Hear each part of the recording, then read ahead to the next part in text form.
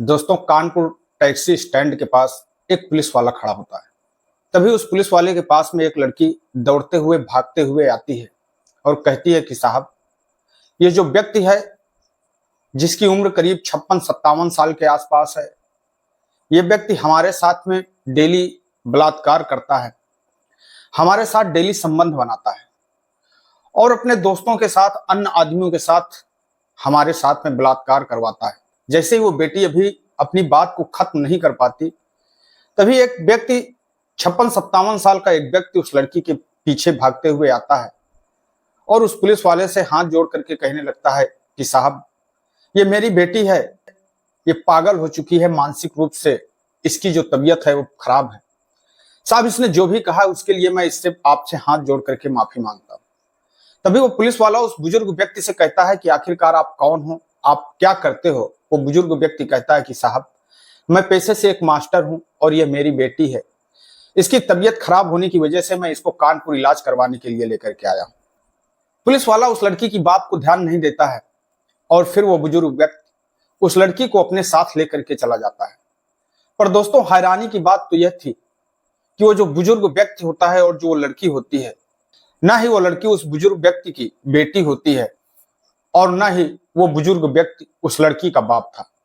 दोस्तों, वो लड़की सच बोलना चाहती थी, उसको एक मौका मिला था, पर वो मौका भी उसके हाथ से निकल जाता है। अब वो सच कभी लोगों के सामने आ पाएगा या नहीं आ पाएगा, ये तो भविष्य के गर्भ में छिपा है। पर यह सच है कि उस लड़की के साथ में जिस तरीके से हर रोज अपराध पे अपराध हो रहा था, वाकई दोस्तों वो अपने आप में बहुत ही भयानक है, जिसे सुन करके शायद हर किसी की रूह कांप जाएगी। आपको ये यकीन ही नहीं होगा कि आखिरकार एक टीचर अपनी नाबालिग छात्रा के साथ में इस तरीके का कुकर्म कर सकता है, इस तरीके का उसके साथ में अपराध कर सकता है। तो दोस्तों, आदाब, नमस्कार, सत श्री अकाल, मैं सागर पटेल। दोस्तों, कहानी शुरू करें उससे पहले आप लोगों से एक छोटा सा निवेदन है कि अगर अभी तक आप लोगों ने मेरे इस चैनल को सब्सक्राइब नहीं किया है या फिर आप लोग मेरे इस चैनल पर पहली बार विजिट कर रहे हैं, तो अगर आप लोगों को यह सच्ची घटना, सच्ची कहानी अच्छी लगे तो इसे एक लाइक, शेयर, कमेंट कर हमारे चैनल को सब्सक्राइब जरूर करें, जिससे कि मेरा हौसला बढ़ता रहे। दरअसल दोस्तों, आज की ये जो सच्ची घटना है, ये सच्ची घटना उत्तर प्रदेश के बाराबंकी जिले के थाना हैदरगढ़ की है। दरअसल दोस्तों, एक जो पुलिस इंस्पेक्टर होते हैं, वो पुलिस इंस्पेक्टर अपनी जीप में एक 55-56 साल के बूढ़े व्यक्ति को बैठा करके कोर्ट ले जा रहे थे। दरअसल पहले उस व्यक्ति को पेशी करवाते हैं और पेशी करवाने के बाद में अब उसे जेल लेकर के जाना था। तभी करीब 8-10 महिलाओं का झुंड आता है और जो इंस्पेक्टर साहब की गाड़ी होती है, उस गाड़ी पर एक तरह से हम ये कह सकते हैं कि अटैक कर देती हैं, गाड़ी का घेराव कर लेती हैं। और घेराव करने के बाद में वो जो 55-56 साल का व्यक्ति होता है, उस व्यक्ति को उस गाड़ी से बाहर खींच लेती हैं और खींचने के बाद में उस व्यक्ति के ऊपर ताबड़तोड़ हमला कर देती हैं, उसे बड़ी ही बेरहमी के साथ में मारने लगती हैं। जैसे ही दरोगा साहब इस मामले को समझते हैं, इस बात को समझते हैं, वो तुरंत अपनी गाड़ी से उतरते हैं और उतरने के बाद में वो उन महिलाओं से उस बूढ़े व्यक्ति को बचाने की कोशिश करते हैं। पर इंस्पेक्टर साहब जैसे ही कुछ महिलाओं को अलग करते हैं तो दूसरी महिलाएं उस व्यक्ति को अपनी तरफ खींच लेती हैं और जब उस दूसरी महिलाओं को अलग करते हैं तो फिर दूसरी महिलाएं उस व्यक्ति को अपनी तरफ खींच लेती हैं। इस तरीके से काफी देर तक इंस्पेक्टर साहब परेशान होते हैं और उसके बाद में फिर वो कहते हैं कि आप लोग ये क्या कर रही हो, ये जो व्यक्ति है इसकी उम्र 56 से 57 साल है, अगर इस तरीके से आप लोग इस व्यक्ति के साथ मारपीट करेंगे तो ये मर जाएगा और अगर ये मर गया तो आप सारे लोग फंस जाओगे। तब जो महिलाएं होती हैं, उस बूढ़े व्यक्ति को जब इंस्पेक्टर साहब गुस्से में ये बात कहते हैं तो महिलाएं उस बूढ़े व्यक्ति को छोड़ देती हैं और उसके बाद में फिर पुलिस वालों की मदद से उस बूढ़े व्यक्ति को फिर उसी जीप में इंस्पेक्टर साहब बैठाते हैं और बैठा करके उसे अपने साथ में लेकर के चले जाते हैं। दरअसल दोस्तों, उस समय से करीब 3 महीने पहले की बात होती है। दरअसल दोस्तों, आज की ये जो घटना है, ये घटना की शुरुआत होती है 1997 में। 3 अक्टूबर 1997 की सुबह सुबह का वक्त होता है। इंस्पेक्टर साहब अपने थाने में बैठ करके सारे लोगों की फरियाद सुना करते हैं जैसे कि हर इंस्पेक्टर अपने थाने में बैठ करके लोगों की फरियाद सुनते हैं, वैसे ही वहां पर भी इंस्पेक्टर साहब अपने थाने में बैठ करके सुबह सुबह के वक्त फरियाद सुन रहे होते हैं। तभी एक बूढ़ा दंपत्ति होता है। बूढ़ा दंपत्ति काफी देर से वहां पर खड़ा होता है और वो इस इंतजार में खड़ा होता है कि जो लोग आए हैं अपनी अपनी फरियाद को लेकर के, ये सारे लोगों की बात अगर खत्म हो जाए तो हम अपनी बात दरोगा साहब से कहें। करीब 2 घंटे से बूढ़ा व्यक्ति वहां पर खड़ा होता है। तभी जो इंस्पेक्टर साहब होते हैं, जैसे उनकी नजर पड़ती है उस बूढ़े व्यक्ति पर, उस बूढ़े व्यक्ति से कहते हैं कि बाबा जी आपको क्या काम है, हम आपको देख रहे हैं कि आप 2 घंटे से यहाँ खड़े हैं, अगर आपकी कोई समस्या है तो आप उस पर बात करिए। तब जो वो बूढ़ा व्यक्ति होता है वो कहता है कि साहब हाँ हमें बात करनी है, पर जब सारे लोग चले जाएंगे उसके बाद में। तब जो दरोगा साहब होते हैं वो कहते हैं कि चलिए ठीक है आप किनारे बैठ जाइए। अब वो बूढ़ा व्यक्ति और उसकी पत्नी जो होते हैं वो एक किनारे पर बैठ जाते हैं, सारे लोग चले जाते हैं। अब दरोगा साहब उस बूढ़े व्यक्ति को अपने पास में बुलाते हैं, उससे कहते हैं कि बताइए क्या बात है। वो कहता है साहब कि हमारी जो बात है हम उस बात को अकेले में कहना चाहते हैं। ऐसी बात सुनकर के दरोगा साहब को उस बूढ़े व्यक्ति पर गुस्सा आ जाता है। वो उस बूढ़े व्यक्ति से कहते हैं कि आखिरकार अभी तक इतने लोग थे, तब उनके सामने आपने अपनी बात नहीं कही। अब अगर हमारा स्टाफ हमारे साथ में है, हमारे पुलिस वाले हमारे साथ में है, अगर उनके सामने भी तुम अपनी बात नहीं कह सकते हो तो फिर तुम यहां से चुपचाप चले जाओ। बूढ़ा व्यक्ति हाथ जोड़ करके दरोगा साहब से कहता है कि साहब एक बार मेरी बात को सुन लीजिए, उसके बाद में मैं यहां से चला जाऊंगा। दरोगा साहब को गुस्सा आता है, नाराज होकर के वो कहते हैं कि आखिरकार आपने क्या लगा रखा है, आप कहना क्या चाहते हैं। वो कहता है कि साहब मेरी विनती है, एक बार मेरी बात अकेले में आकर के सुन लीजिए। दरोगा साहब कहते हैं कि चलिए ठीक है। वो उस बूढ़े व्यक्ति को किनारे पर ले जाते हैं और किनारे पर ले जाने के बाद उससे कहते हैं कि बताइए क्या बात है, आप क्या कहना चाहते हो जो कि केवल आप अकेले में कह रहे हो। तब वो जो बूढ़ा व्यक्ति होता है वो दरोगा साहब से कहता है कि साहब मेरी एक बेटी है जिसकी उम्र मात्र अभी 14-15 साल की है, जो 5वीं कक्षा में पढ़ती है, साहब अचानक 2 दिन से गायब हो गई है। दरोगा साहब जैसे ये बात सुनते हैं, सुन करके उन्हें गुस्सा आता है। जो एक पुलिस वालों का लहजा होता है, उस लहजे में दरोगा साहब पहले उस व्यक्ति से कहते हैं कि इतनी सी बात कहने के लिए आपने इतनी देर तक हमारा समय बर्बाद किया। अरे आप ये बात तो सब लोगों के सामने कह सकते थे। हो सकता है तुम्हारी बेटी अपने आशिक के साथ में भाग गई होगी, जिसके साथ घूमती होगी उसके साथ भाग गई होगी। उसे जा करके पता करो, अपने रिश्तेदारों में ढूंढो, जानकारी करो। तब वो जो बूढ़ा व्यक्ति होता है वो दरोगा साहब के सामने हाथ जोड़ करके कहता है कि साहब दरअसल बात यह है साहब कि मेरी बेटी मेरे ही गांव के प्राइमरी स्कूल में पढ़ती थी और वहां पर एक प्रिंसिपल साहब होते हैं। साहब सब कुछ ठीक चल रहा होता है। मेरी बेटी 4 तक पढ़ने में बहुत होशियार थी, हर साल अपने आप पास हो जाती थी, पर जैसे ही वो 5वीं क्लास में जाती है, 5वीं क्लास में पहुंचने के बाद वो फेल हो जाती है। एक दिन मैं जो वहां के हेडमास्टर साहब होते हैं उन हेडमास्टर साहब के पास में जाता हूं और उनसे कहता हूं कि साहब मेरी बेटी जो अभी तक पढ़ने में इतनी होशियार थी, इतनी अच्छी थी, वो अचानक से फेल कैसे हो गई है, पढ़ने में इतना कमजोर कैसे हो गई है। तब जो हेडमास्टर साहब होते हैं वो मुझसे कहते हैं कि देखो आपकी बेटी को अलग से ट्यूशन देना पड़ेगा, उसे अलग से पढ़ाना पड़ेगा, और अगर आप चाहें तो मैं आपकी बेटी को अलग से पढ़ा सकता हूं स्कूल टाइम के बाद में। अब वो जो बूढ़ा व्यक्ति होता है वो कहता है कि साहब मैं प्रिंसिपल साहब से बात कर लेता है, हेडमास्टर साहब से बात कर लेता है। कहता है कि ठीक है साहब पढ़ा दिया करिए। पर जैसे ही कुछ दिन का समय बीतता है, सब कुछ ठीक ठाक चल रहा होता है। स्कूल से थोड़ी दूर पर उस बूढ़े व्यक्ति का घर होता है। अब जब वो बेटी उस प्रिंसिपल साहब के पास में पढ़ने के लिए जाती है तो जो हेडमास्टर साहब होते हैं वो हेडमास्टर साहब उस बेटी के साथ कमरे का दरवाजा जो है वो बंद कर लेते हैं और उसके बाद में कमरे के अंदर उस बेटी के साथ में उसे क्या पढ़ाते हैं क्या नहीं पढ़ाते ये किसी को मालूम नहीं होता। पर धीरे धीरे जब गांव के लोग इस तरीके डेली देखते हैं कि एक कमरे के अंदर केवल एक बेटी और वो हेडमास्टर साहब होते हैं, अब ये चर्चा धीरे धीरे गांव में फैलने लगती है। और जैसे ये चर्चा गांव में धीरे धीरे फैलने लगती है, अब वो जो बुजुर्ग व्यक्ति होता है वो एक दिन हेडमास्टर के पास में जाता है। जिस समय उसकी बेटी कोचिंग पढ़ रही होती है, वो देखता है कि जो स्कूल का कमरा है उस कमरे का जो दरवाजा है वो बंद है। उसे थोड़ा सा गुस्सा आता है और तेज आवाज में बोलता है कि मास्टर साहब जैसे वो बार बार आवाज देता है तभी अंदर से उस रूम का दरवाजा खुलता है और मास्टर साहब गुस्से में बाहर निकलते हैं। कहते हैं तुम्हें समझ में नहीं आता है कि मैं आपकी बेटी को पढ़ा रहा हूं, उसे कोचिंग दे रहा हूं और आप हो कि बाहर इस तरीके से चिल्लाते जा रहे हो। क्यों आए हो यहां पर? क्या तुम नहीं चाहते हो कि तुम्हारी बेटी पास हो जाए? वो बूढ़ा व्यक्ति हाथ जोड़ करके मास्टर साहब से कहता है कि साहब बस इसीलिए तो आया हूं। मैं तो चाहता हूं कि मेरी बेटी पढ़ने में बहुत तेज हो जाए, पास हो जाए, मुझे उसे शादी करना है। मैं जब किसी के दरवाजे पर अपनी बेटी की शादी करने के लिए जाऊंगा तो लोग मुझसे पूछेंगे कि आखिरकार आपकी बेटी ने कितनी पढ़ाई की है। साहब इसीलिए तो मैं अपनी बेटी को पढ़ाना चाहता हूं, पर साहब जिस तरीके से आप पढ़ाते हैं इससे मेरी बहुत बदनामी हो रही है। साहब थोड़ा सा ध्यान करिए, आप बंद करके कमरे में पढ़ा रहे हैं।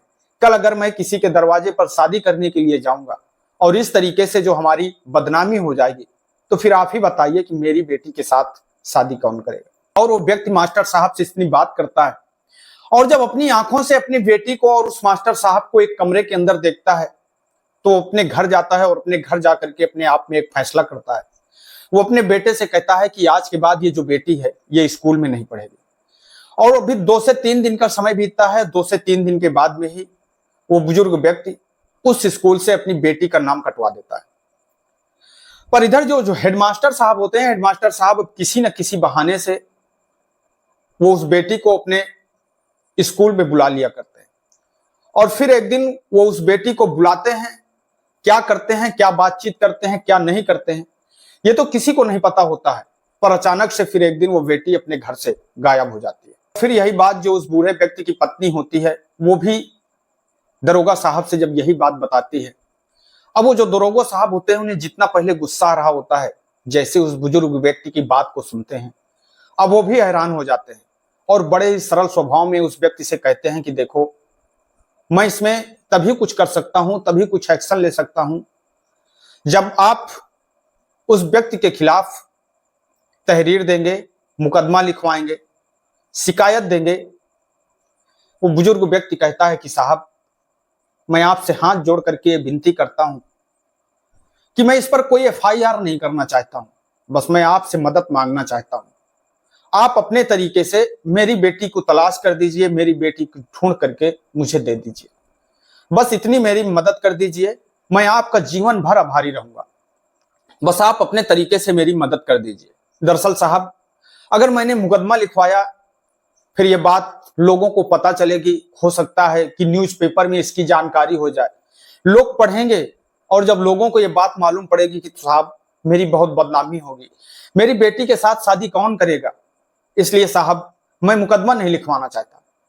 दरोगा साहब बड़े ही प्यार से उस व्यक्ति को समझाते हैं, उससे कहते हैं कि देखो कानूनी प्रक्रिया भी कुछ होती है, मैं तभी उस व्यक्ति के खिलाफ कुछ एक्शन ले सकता हूं जब आप एक मुकदमा लिखाएंगे, तहरीर देंगे।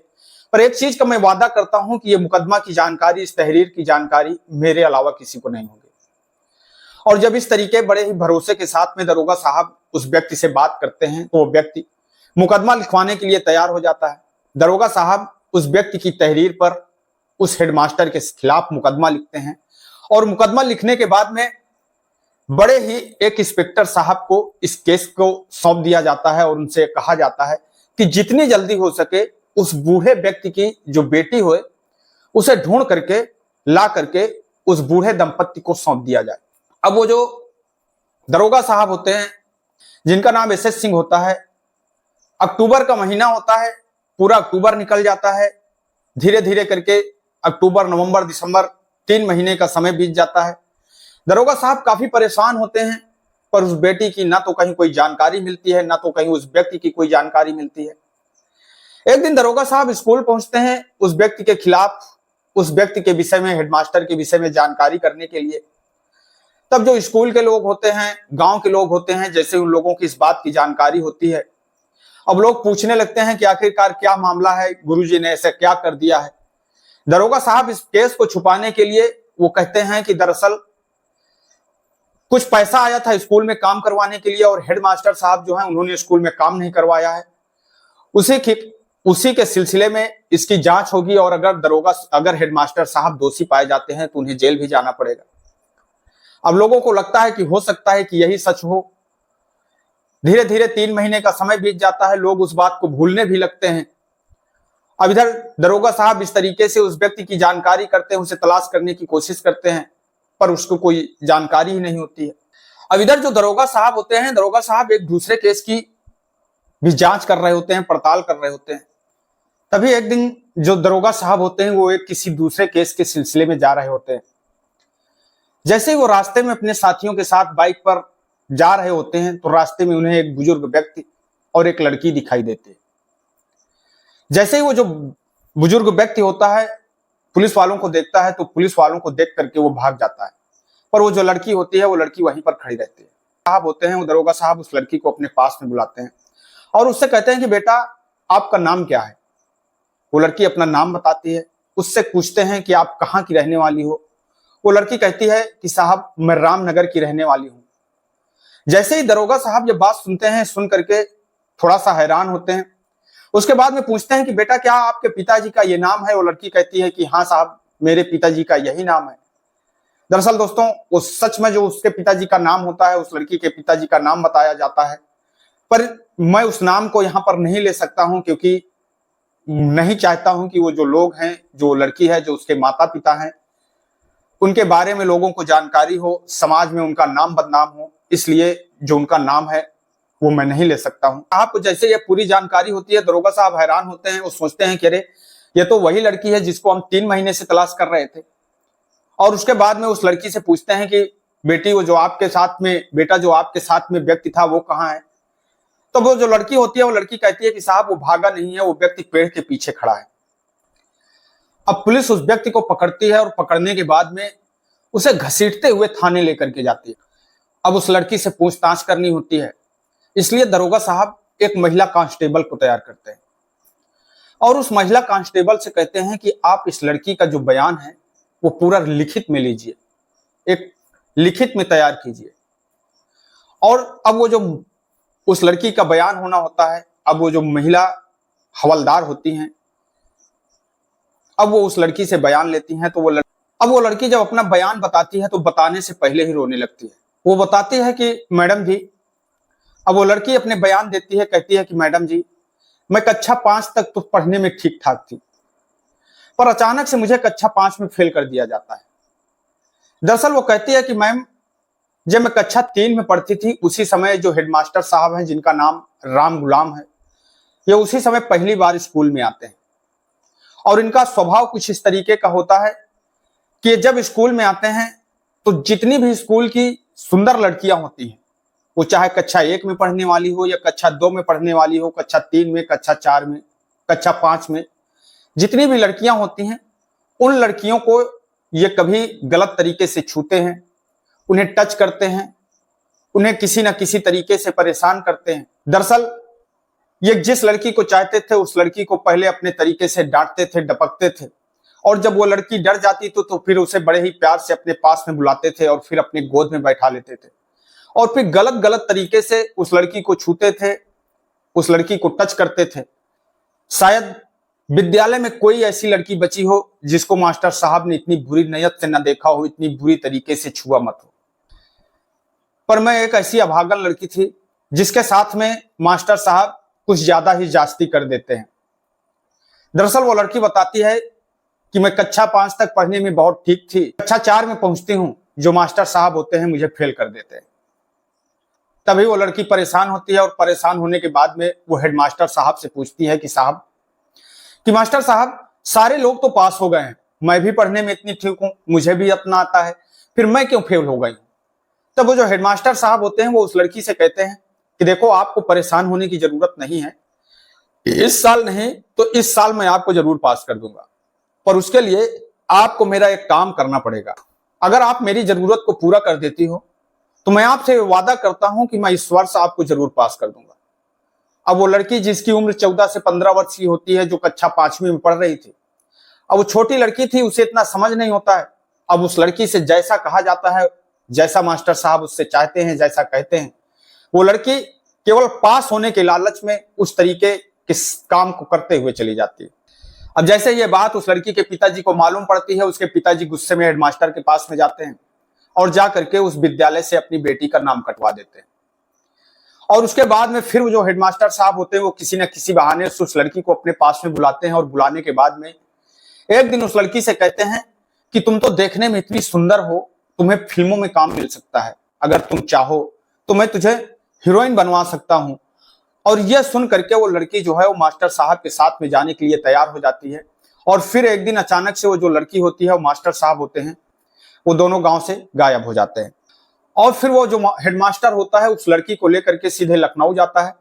लखनऊ जाने के बाद में वहां पर वो एक किराए का कमरा लेते हैं। होटल में वो बताते हैं कि वो जो लड़की है वो उनकी बेटी है। और उसके बाद में वो उस होटल के कमरे में उस लड़की के साथ में वो सब कुछ करते हैं, उसका बलात्कार करते हैं, उसका रेप करते हैं। फिर एक दिन वो मास्टर साहब थोड़ा सा सिंदूर ला करके उस लड़की की मांग में भर देते हैं और कहते हैं कि देखो अब हम लोग पत्नी हो गए हैं, हमने आपसे शादी कर ली है। वो लड़की कहती है कि क्या इसी प्रकार शादी होती है? वो कहते हैं कि हाँ, अभी हमारी जो शादी है वो इसी प्रकार से होगी। अब उस लड़की को कुछ मालूम नहीं होता है, जब वो बाहर निकलती है तो सिंदूर लगा लेती है। तब जो मास्टर साहब होते हैं एक दिन उस लड़की से कहते हैं कि देखो अभी आप इस सिंदूर को निकाल लगा करके बाहर नहीं जा सकती। जहां हम कहें वहीं केवल आपको इस सिंदूर को लगाना है और जहां हम ना कहें वहां पर आपको इसको नहीं लगाना है। क्योंकि मास्टर साहब होटल में ये बताते थे, जहां पर जाते थे वो ये बताते थे कि ये लड़की उनकी बेटी है और वो उस सबके सामने तो उसे बेटी बना करके रखते थे, पर जैसे ही रूम के अंदर पहुंचते थे उसे अपनी पत्नी बना लेते थे। और फिर एक दिन हद तो तब हो जाती है जब वहां पर एक नया व्यक्ति आता है। मास्टर साहब उस लड़की से कहते हैं कि देखो ये वकील साहब हैं, ये हमारी शादी करवाएंगे, यही हमको सर्टिफिकेट देंगे, मैं इनके लिए कुछ लेने के लिए जाता हूं, तब तक ये आपसे जो कहते हैं उस काम को आप कर दीजिए। मास्टर साहब वहां से निकल जाते हैं और फिर वो जो व्यक्ति होता है वो व्यक्ति उस लड़की के साथ में वही सब करता है जो मास्टर साहब करते थे। उसके साथ में दरिंदगी करता है, उसके साथ में रेप करता है। अब जैसे ही मास्टर साहब लौट करके आते हैं वो लड़की कहती है कि इन्होंने तो मेरे साथ में वही किया है जो आप करते थे, क्या शादी इसी प्रकार से होती है? मास्टर साहब कहते हैं कि देखो शादी को जो एज का जो सर्टिफिकेट है वो इन्हीं को देना है, क्योंकि जब तक आप बालिग नहीं होंगे तब तक हम लोग शादी नहीं कर सकते हैं और 18 साल की एज का जो सर्टिफिकेट है वो इन्हीं से मिलना है। वो लड़की फिर शांत हो जाती है। उसके बाद में मास्टर साहब एक नहीं कई लोगों के और फिर एक नहीं बल्कि कई लोग उस लड़की के साथ में इसी प्रकार से रेप करते हैं, उसका बलात्कार करते हैं। मास्टर साहब कभी होटल में रुकते हैं, कभी दूसरी जगह जाकर के रुकते हैं, कभी तीसरी जगह जाकर के उस लड़की को लेकर के रुकते हैं। और फिर एक दिन वही मास्टर साहब उस लड़की को लेकर के कानपुर आ जाते हैं। कानपुर शहर में भी एक होटल में रहने लगते हैं।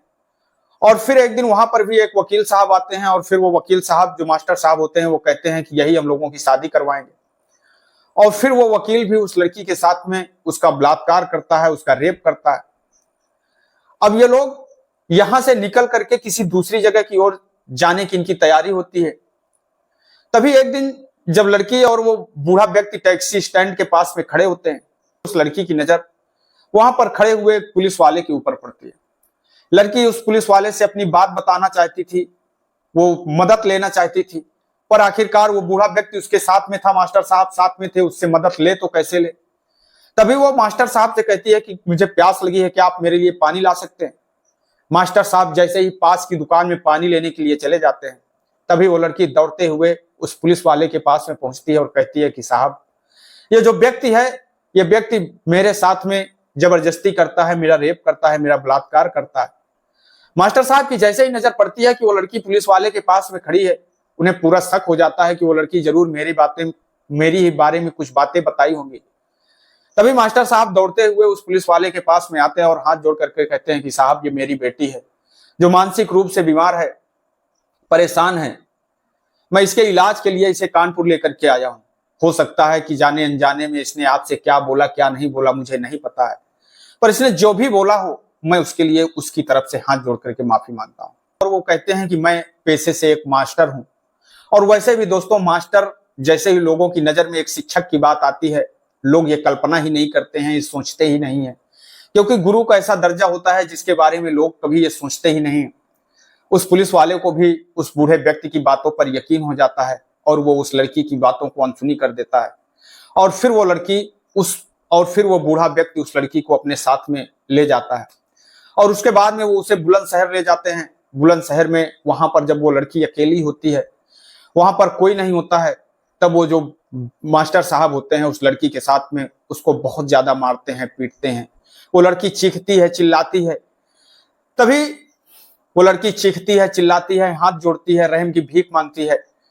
पर वो मास्टर साहब कहते हैं कि अब तेरी यहाँ चीख सुनने वाला कोई नहीं है, तेरी यहाँ कोई मदद करने वाला कोई नहीं है। तू पुलिस के पास में जाकर के मेरे बारे में शिकायत करती है, मेरे बारे में ऐसा बोलती है, तू मुझे जेल भेजना चाहती है। उससे सारा बदला मास्टर साहब उस लड़की से लेते हैं।